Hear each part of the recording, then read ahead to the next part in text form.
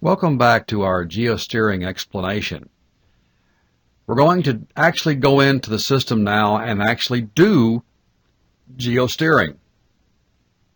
We're going to hit the Start button, go to the Well Setup screen, go select our test file.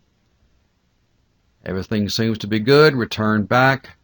Click on the green GeoSteering button. I'll enter a bit of data to start with, a few depths, and actually start bringing something up that I can explain to you on the screen here.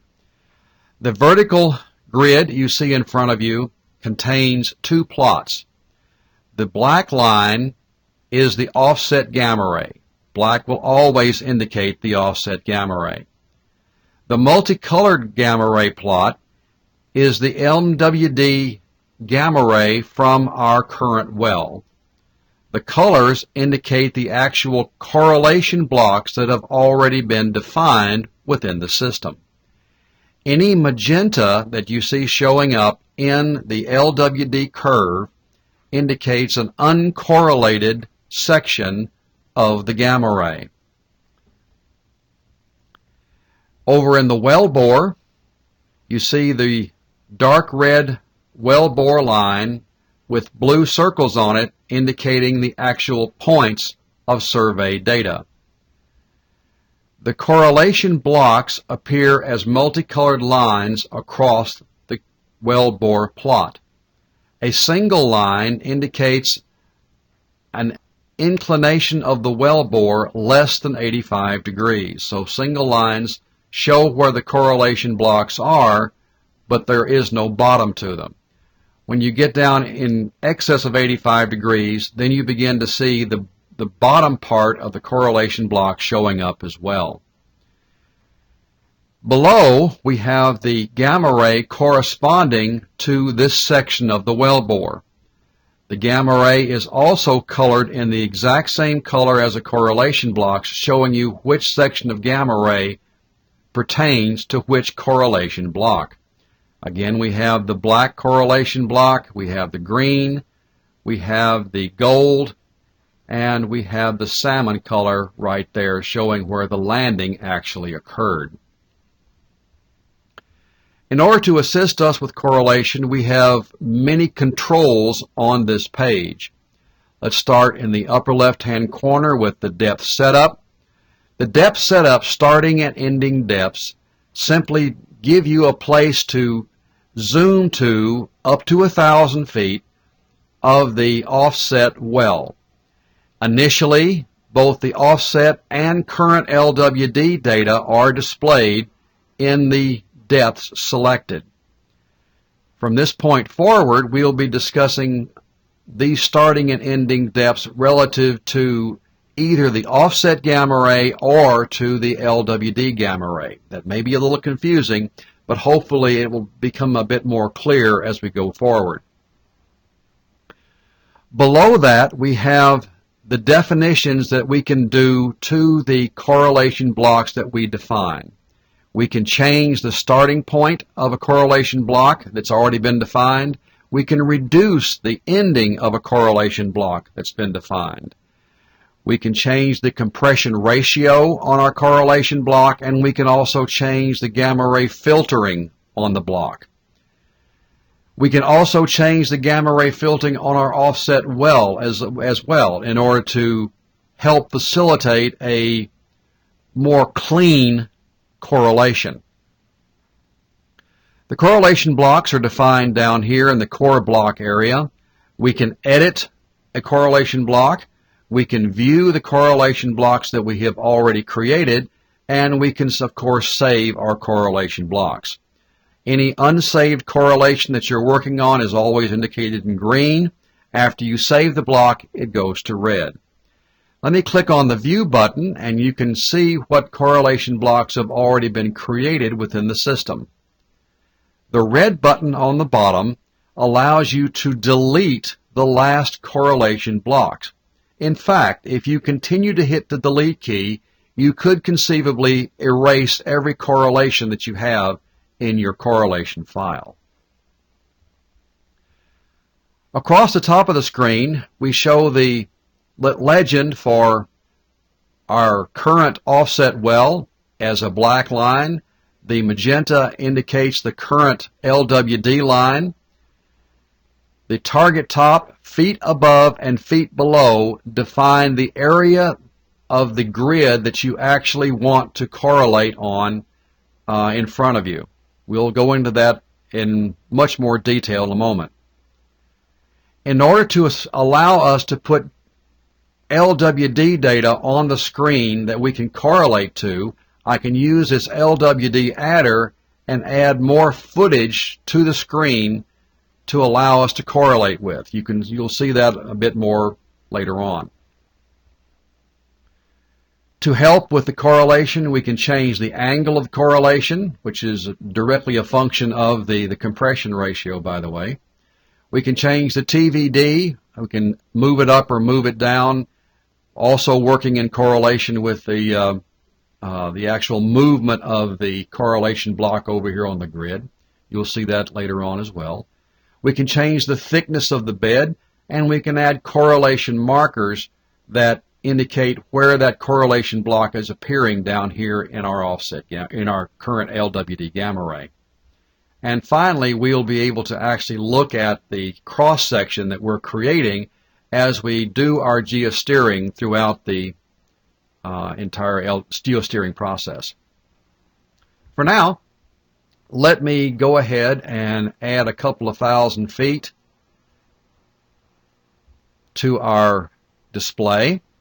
I hit the zoom button. The magenta line comes up showing that this is uncorrelated LWD gamma ray. I want to define exactly where I want to begin our correlation. So I define a target to correlate against. Well, I happen to know that our landing zone, which is the target for right now, so I'm going to click on this yellow button and come up here and click where I know the target to be. A blue line then indicates our target selection. Now I need to define the section of gamma ray I want to correlate with. So I'm going to click the blue V-top button and go up and double click right there. Notice I am leaving a little bit of space only because I don't want to get on that black line. Plus I want you to be able to see the green line indicating the top of our correlation block. Then I need to define the bottom of our block, and I'm going to click on VBOT and double click right there, and the system immediately shows you the correlation gamma ray you have just chosen. At this point, we now can begin the actual correlation process. We've already defined where our target is, as indicated by 8399 in target top. Now I'm going to say use that target by checking the Use Target checkbox and hit the zoom button. We now see displayed for us over here on in the grid screen where the target was, and we have 100 feet above it and 50 feet below it. In fact, we can, by default, the way the system came up, we just about have correlation there right now at that given interval. So I'm going to leave it there for this moment and explain to you a bit more what we have in the well bore itself. You can see two previous correlation blocks, one in brown. The top of the block is always indicated by a thicker line than the bottom of the bed. There's the brown. There is a gray correlation block right there. There's a slight gap between the current correlation block and the previous because, again, I wanted to show you what that green line looked like.